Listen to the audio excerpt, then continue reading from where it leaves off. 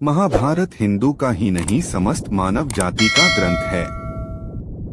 इससे प्रत्येक मानव को अच्छी शिक्षा और मार्ग मिल सकता है।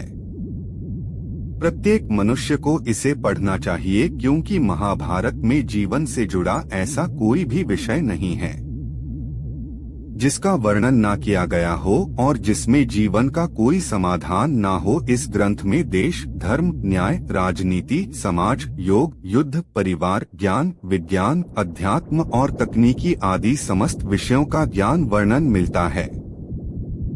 आज की इस पोस्ट में हम महाभारत का ऐसा प्रसंग के बारे बताएंगे जिससे आज का मानव बहुत कुछ सीख सकता है।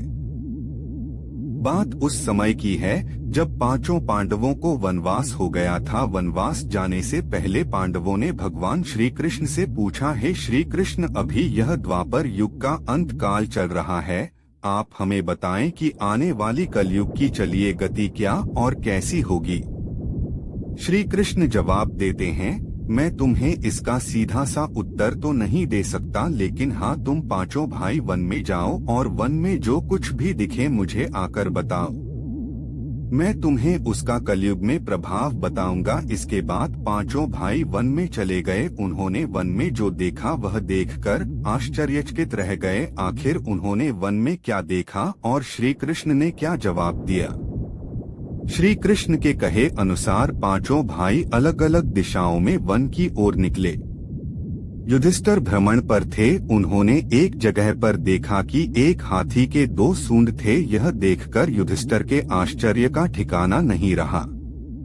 अर्जुन दूसरी दिशा में भ्रमण पर थे। कुछ दूर जंगल में जाने पर उन्होंने जो देखा उसे देखकर वह भी आश्चर्यचकित रह गए। वहां पर देखा कि कोई पक्षी है जिसके पंखों के ऊपर वेदों की रचनाएं की हुई है और वह पक्षी मुर्दे का मांस खा रहा है। यह दृश्य देख अर्जुन कुछ समझ नहीं पाए। दोनों भाइयों की तरह भीम भी भ्रमण पर थे। उन्होंने जो देखा वह भी आश्चर्यचकित रह गए। उन्होंने देखा कि गाय ने एक बछड़े को जन्म दिया, लेकिन जन्म के बाद में गाय बछड़े को इतना चाट रही है कि उसका बछड़ा लहूलुहान हो गया है। सहदेव भी भ्रमण पर थे तो उन्होंने चौथा आश्चर्य देखा। उन्होंने देखा कि 6 से 7 कुएं हैं जिसमें पानी है और बीच का एक कुआं खाली है। बीच का कुआं काफी गहरा होते हुए फिर भी पानी नहीं है। घोर आश्चर्य हुआ, ऐसे कैसे हो सकता है। नकुल भी भ्रमण पर थे और उन्होंने एक आश्चर्यजनक घटना देख। एक पहाड़ के ऊपर से एक बड़ी सी चट्टान लुढ़कते हुए नीचे आ रही है। वे कितने ही वृक्षों से टकराकर उनको नीचे गिराते हुए वे आगे बढ़ जाती है। विशालकाय वृक्ष भी उस रोक ना सकें। इसके अलावा यह चट्टान कितनी ही अन्य चट्टानों के साथ टकराई फिर भी वह उसे रोक नहीं सके। अंत में वह एक अत्यंत छोटे पौधे का स्पर्श होते ही स्थिर हो गई। इसके बाद पांचों भाई एकत्रित हुए और शाम को भगवान श्री कृष्ण को अपने अनुभव सुनाए। सबसे पहले युधिष्ठिर ने कहा, मैंने तो पहली बार 2 सूंड वाला हाथी देखा। यह मेरे लिए तो बहुत ही आश्चर्यजनक था।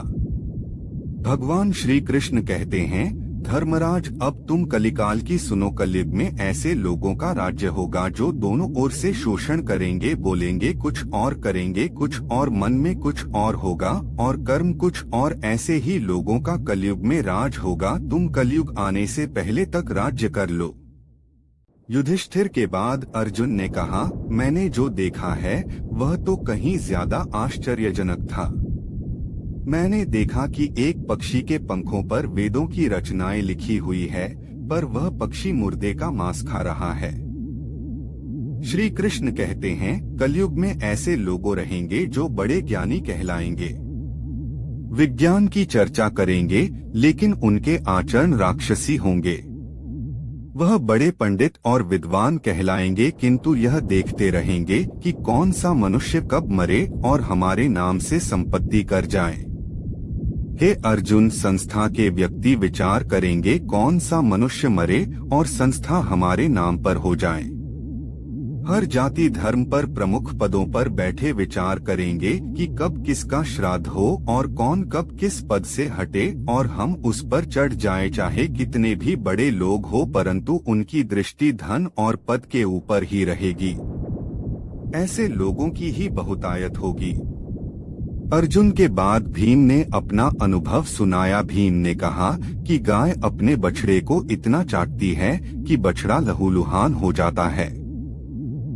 श्री कृष्ण कहते हैं, कलयुग का मनुष्य शिशुपाल हो जाएगा। कलयुग में माँओं की बच्चों के लिए ममता इतनी बढ़ जाएगी, उन्हें अपने विकास का अवसर ही नहीं मिलेगा। मोह माया में ही घर बर्बाद हो जाएगा।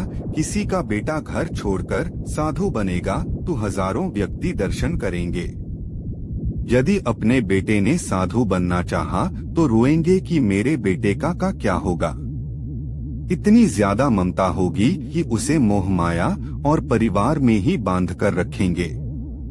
उसका जीवन वहीं खत्म हो जाएगा। वास्तव में लड़के तुम्हारे नहीं है, वह तो बहुओं की अमानत है और लड़कियां जमाई यो की अमानत है और तुम्हारा यह शरीर मृत्युओं की अमानत है। तुम्हारी आत्मा परमात्मा की अमानत है।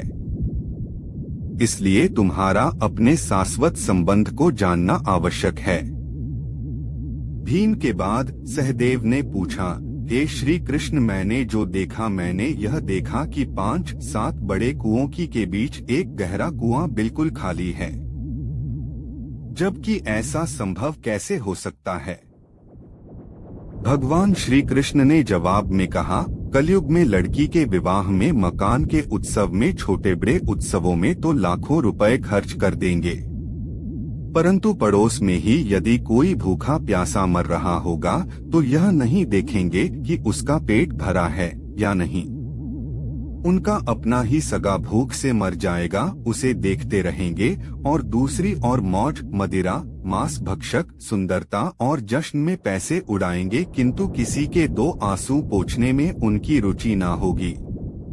कहने का तात्पर्य यह है कि कलयुग में अन्न के भंडार होंगे, लेकिन लोग भूख से मरेंगे। सामने बंगले में ऐशो आराम चल रहे होंगे, लेकिन पास की झोपड़ी में आदमी भूख से मर जाएगा। एक ही जगह पर असमानता अपने चरम पर होगी।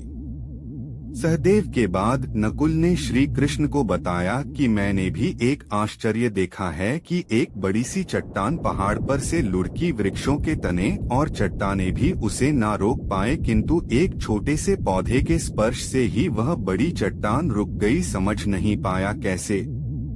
श्री कृष्ण ने कहा, कलयुग में मानव का मन नीचे गिरेगा, उसका जीवन पतित होगा। यह पतित जीवन धन की सिलाओं से नहीं रुकेगा, ना ही सत्ता के वृक्षों से रुकेगा, किंतु हरि नाम के एक छोटे से पौधे से, हरि कीर्तन से मनुष्य जीवन रूपी पौधे का पतन होना रुक जाएगा।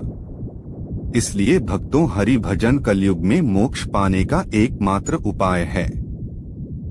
अगर आपको यह वीडियो अच्छी लगी हो तो इसे फेसबुक पर जरूर शेयर करें और लाइक करें। इसी तरह के हमारे नए वीडियो देखने के लिए चैनल को सब्सक्राइब करें, घंटी दबाएं।